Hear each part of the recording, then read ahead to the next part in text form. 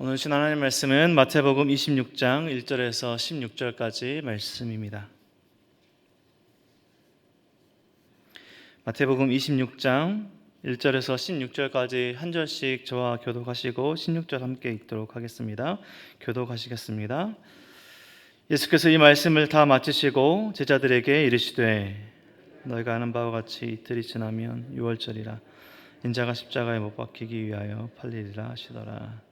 그때 대제사장들과 백성의 장로들이 가야바라 하는 대제사장의 관정에 모여 예수를 흉계로 잡아 죽이려고 운운하되 말하기를 밀란이 날까 하노니 명절에는 하지 말자 하더라. 예수께서 베다니 나병 환자 시몬의 집에 계실 때에 한 여자가 매우 귀한 향유 한 옥합을 가지고 나와서 식사하시는 예수의 머리에 부으니 제자들이 보고 분개하여 이르되 무슨 의도로 이것을 허비하느냐, 이것을 비싼 값에 팔아 가난한 자들에게 줄 수 있었겠도다 하거늘. 예수께서 하시고 그들에게 이르시되 너희가 어찌하여 이 여자를 괴롭게 하느냐, 그가 내게 좋은 일을 하였느니라. 가난한 자들은 항상 너희와 함께 있거니와 나는 항상 함께 있지 아니하리라. 이 여자가 내 몸에 이 향유를 부은 것은 내 장례를 위하여 함이니라. 내가 진실로 너에게 이르노니 온 천하에 어디서든지 이 복음이 전파되는 곳에서는 이 여자가 행한 일도 말하여 그를 기억하리라 하시니라. 그때 열둘 중에 하나인 가룟 유다라 하는 자가 대제사장들에게 가서 말하되 내가 예수를 너에게 넘겨주리니 얼마나 주려느냐 하니 그들이 은 30을 달아 주거늘 그가 그때부터 예수를 넘겨줄 기회를 찾더라. 아멘. 3월의 마지막 날입니다. 한 해 한 분기가 마무리되고 있는데요. 한 해를 결산하실 때 감사와 기쁨으로 한 해를 마무리하는 또 한 해가 되길, 또 한 분기가 되길 축원드립니다. 마태복음에서는 5개의 강화, 예수님의 그 가르침이 있습니다. 그래서 그 강화의 끝에는 항상 예수님께서 이 말씀을 마치셨다라는 관용구와 같이 그 문장이 항상 기록되어 있습니다. 그래서 예수님께서 말씀을 가르치고 강화가 마칠 때마다 예수님께서 이 말씀을 마치셨다라는 말씀들이 기록됩니다. 7장 18절과 11장 1절, 13장 53절, 19장 1절, 그리고 오늘 26장 1절에 보면 예수님께서 이 말씀을 마치셨다라고 시작하는데 오늘 26장 1절에는 예수님께서 이 말씀을 마치셨다, 이 문장 안에 한 단어가 포함되어 있습니다. 추가되어 있습니다. 다라는 단어가 추가되어 있습니다.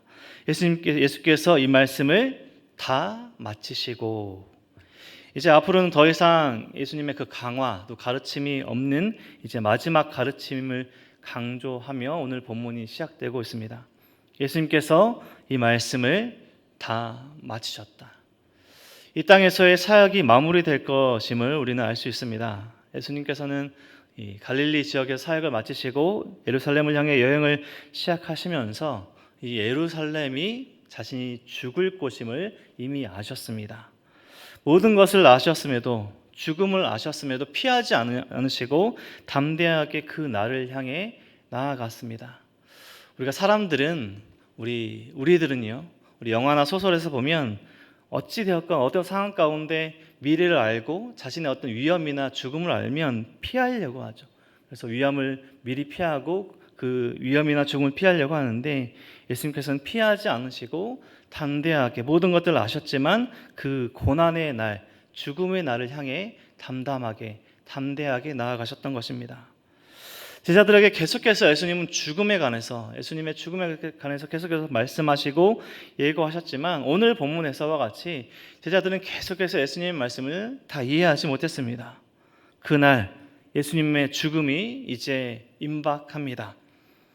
예수님의 죽음은 우연히 또 계속해서 말씀을 통해서 보면 알 수 있듯이 종교 지도자들 그리고 이스라엘에 있던 사람들에 의해서 갑자기 일어난 일이 아니라 하나님의 계획 안에, 하나님의 섭리 안에 이루어지고 있습니다. 예수님의 죽음이 우발적인 사건이 아니라요, 애굽으로부터 하나님의 백성들이 구원을 받았던 유월절 사건처럼 어린 양의 죽음으로 생명을 얻었던 이스라엘 백성들처럼 새로운 이스라엘 백성들, 하나님의 백성들의 죄를 담당하시고 저와 우리 성도님들의 죄를 담당하시고 구원하실 하나님의 하나님의 그 구원의 일이 이루어지실 것임을 말씀하셨던 것입니다. 2절에 보면 너희가 아는 바와 같이 이틀이 지나면 유월절이라 인자가 십자가에 못 박히기 위하여 팔리리라 하시더라. 예수님은 정확하게 예수님의 그 죽음과 십자가의 형을 말씀하고 계십니다. 예수님께서 십자가에 달려 돌아가실 때가 즉 하나님의 때가 그 말씀하시던 구약성경에서 계속해서 완성에 가서 말씀하시던 그 때가 다 되었습니다.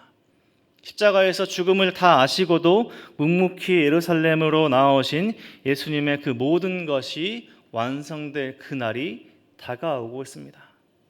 인간적인 우리가 사람의 입장에서 그 죽음의 날과 고난의 날은 결코 기대되는 날이 아닐 것입니다. 대제사장 가야바의 관정에 모여 사람들이 예수님을 죽일 음모를 꾸미게 됩니다.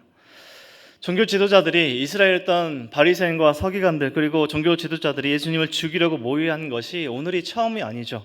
바리새인들은 예수님과 안식일 논쟁일 때 자신들의 뜻대로 흘러가지 않자 예수님을 죽이기 위해 이미 논의했습니다. 그런데 이제 유대인들의 최고 의결 기구와 같은 사내들인 공의회 멤버들에 의해서 이제 논의가 됩니다. 그런데 그 논의 가운데 예수님이 그 잡힐 만한 그 이유가 있어서 죄목이 있어서가 아니라 흉계라는 단어가 나오죠. 계략으로 예수님을 체포하려고 합니다. 예수님을 붙잡을 아무런 이유가 없음에도 불법을 만들어서 불법을 행해서 그들의 계략, 흉계로 예수님을 잡을 음모를 꾸미게 됩니다. 그들은 그 음모 중에도 사람들의 눈을 의식합니다. 예수님의 가르침을 받았던, 예수님의 사랑을 받았던, 예수님의 기적을 체험했던 많은 무리들이 있음을 아는 그들이 폭동이 일어날까 봐 명절에는 하지 말자 이런 이야기들을 합니다. 그런데 계속해서 오늘 본문의 지금 4절, 5절 이야기 뒤에 계속해서 예수님에 관한 그 음모의 이야기가 이어지면 좋을 것인데 계속해서 유대교 지도자들에 대한 예수님에 대한 음모의 이야기가 이어지지 않고요. 전혀 다른 이야기가 하나 삽입되어 있습니다. 신학적으로도 샌드위치 기법이라고도 표현되는데요. 마태는 빵과 빵 사이에 다른 재료가 들어간 샌드위치와 같은 이 샌드위치 기법 같은 이야기로 예수님의 적대적인 분위기가 전혀 다른 예수님께 자신의 것을 아끼지 않고 드린 한 여인의 이야기를 들어서 이야기하고 있습니다.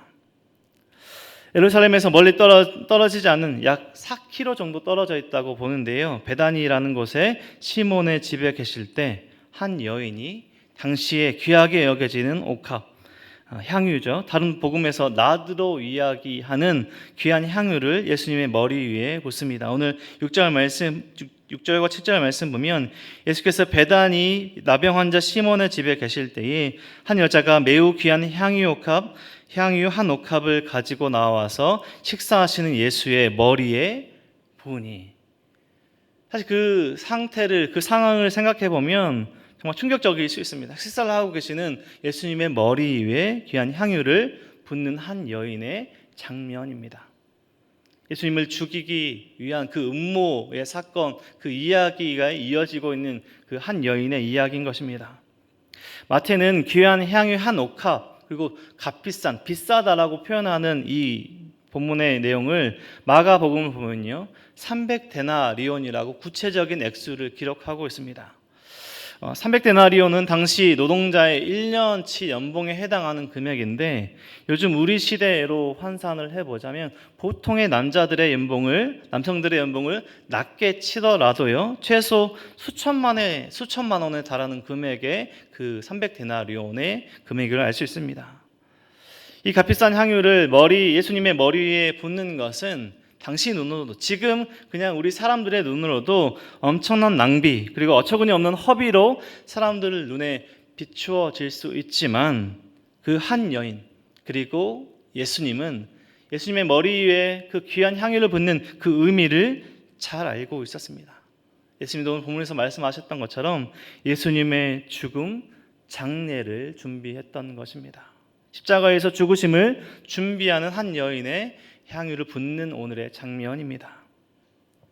예수님과 함께 했던 제자들이 오늘 2절에서 말씀하신 십자가에서 못 박히실 인자가 십자가에서 죽으리라 라고 말씀하신 것을 이해했다면 이 한 여인이 아니라 사실은 제자들이 예수님의 죽음을 준비해야 했을 것입니다.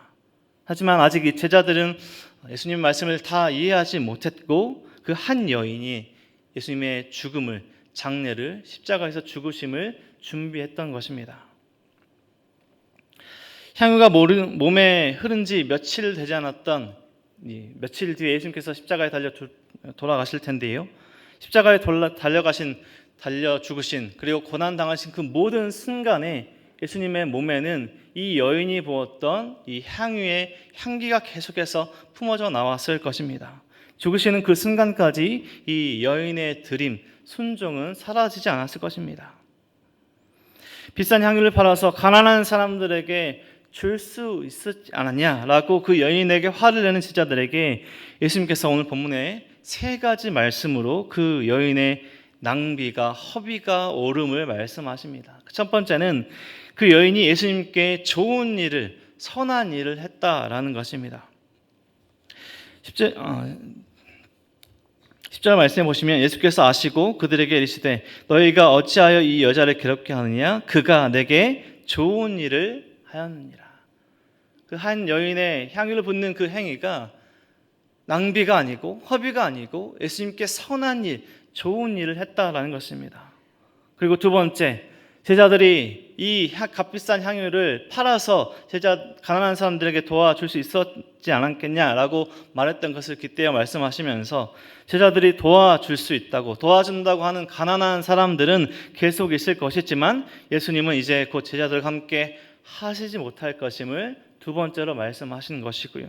그리고 마지막 세 번째 중요한 이야기를 말씀하십니다. 이 여인의 향유는 예수님의 죽으심, 장례를 준비했다라는 것입니다. 사람들 눈에는 낭비이고 허비인 향유를 붓는 것이 예수님이 누구이신지 그리고 예수님의 그 말씀의 가치를 아는 그 여인의 헌신이고 믿음의 고백이었다라는 것입니다. 제자들의 눈에는, 사람들의 눈에는 허비이고 낭비였지만 예수님의 눈에는 그 여인의 믿음의 고백으로 받아들여졌다는 것입니다. 그리고 예수님께서 축복의 말씀을 하시죠. 그 여인의 헌신, 그 여인의 드림은 복음이 선포되는 곳마다 함께 이야기될 것임을, 기억될 것임을 말씀하십니다. 13절, 내가 진실로 너에게 이르노니 온 천하에 어디에서든지 이 복음이 전파되는 곳에서는 이 여자가 행한 일도 말하여 그를 기억하리라 하시니라. 지금도 우리가 이 여인의 행한 그 부음에 대해서 그 헌신을 이야기하며 기억하고 있지 않으십니까? 이제 한 여인의 값비싼 향유를 예수님께 드린 이야기가 끝이 나고요. 그리고 마지막 오늘의 한 장면이 등장하며 오늘 이야기가, 오늘 본문이 마무리됩니다.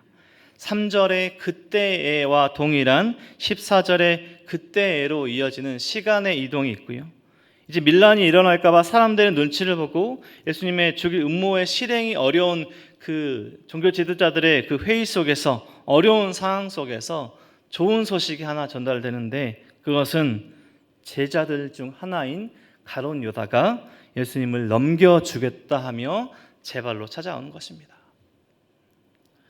값비싼 향유를 예수님께 드린 한 여인의 이야기에 이어서 자신의 선생님, 3년 동안 동고동락하면서 모셨던 스승이신, 주인이신 예수님을 파는 가룟 유다의 이야기가 나오고 있습니다. 예수님의 그 마지막 길이, 그 고난과 십자가의 길이 자신의 길과 다르다고 판단한 가룟 유다는 예수님을 파는 너무나도 큰 결단을 하고 있습니다. 한 여인에 드리는 결단도 큰 결단이지만요, 예수님을 파는, 자신의 스승을 파는 가룟 유다의 결단도 큰 결단이고 이것을 실행으로 옮기고 있습니다. 예수님께서 가룟 유다에 대해서 말씀하실 때 24절에 후에 차라리 태어나지 않았으면 좋았을 것이라는 충격적인 말씀까지도 가룟 유다를 향해 하십니다. 말씀과 또 지나버린 역사에 만약은 없습니다. 이미 지나버렸고 이미 지나온 세월이기 때문에 가룟 유다가 아니더라도 하나님의 계획, 하나님의 말씀은 성취되었을 텐데요. 너무나 안타까운 것이 그 과정 속에서 3년이나 예수님과 또 다른 제자들과 함께 지내며 살았던 다른 적대적인 그룹이 아니라요, 한 공동체 안에서 사랑했던, 예수님을 사랑하고 동고동락하며 예수님과 함께 지냈던 한 공동체 안의 사람 중에 배신, 사랑하는 제자의 배신, 그것이 예수님께 얼마나 아픈 일이셨을까 하는 그런 아쉬움이 드는 오늘 본문의 이야기, 가룟 유다의 이야기입니다. 가룟 유다의 배신은 오늘 본문의 한 여인의 헌신을 통해서 더 극명하게 대조되고 있습니다. 오늘 본문에 이틀 앞으로 다가온 예수님의 그 죽음 앞에 그 고난과 죽음을 향해 묵묵히 나아가는 예수님의 그 모습, 그리고 그 예수님의 죽음을 자신에게 있는 가장 귀한 것을 드리며 예수님의 죽음을 준비하는 한 여인, 그리고 나중에는 던져버릴 은 30에 예수님을 팔아버린 제자 가룟 유다의 이야기가 오늘 본문에 실려 있습니다.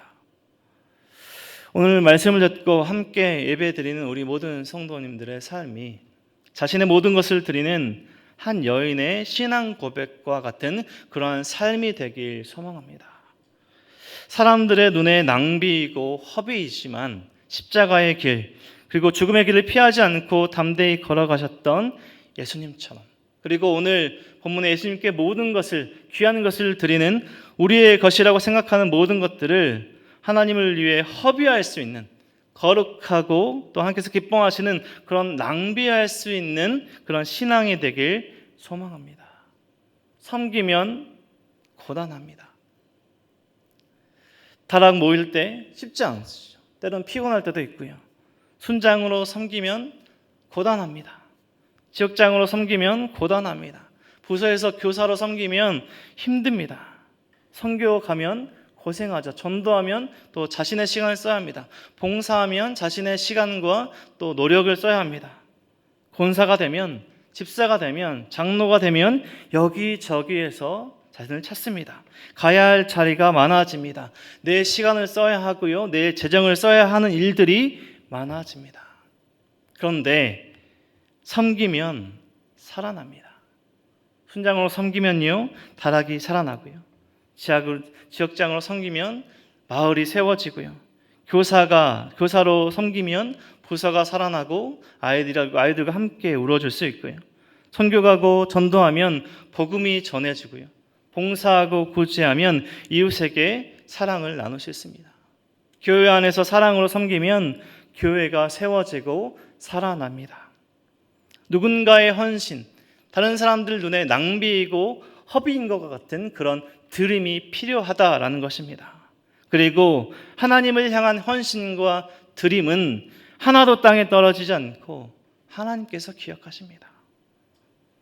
우리가 나가야 할 곳은 헛된 말, 그리고 헛된 모의를 하는 모임이 아니라 하나님의 영광을 위한 그 자리로 나아가야 할 것입니다.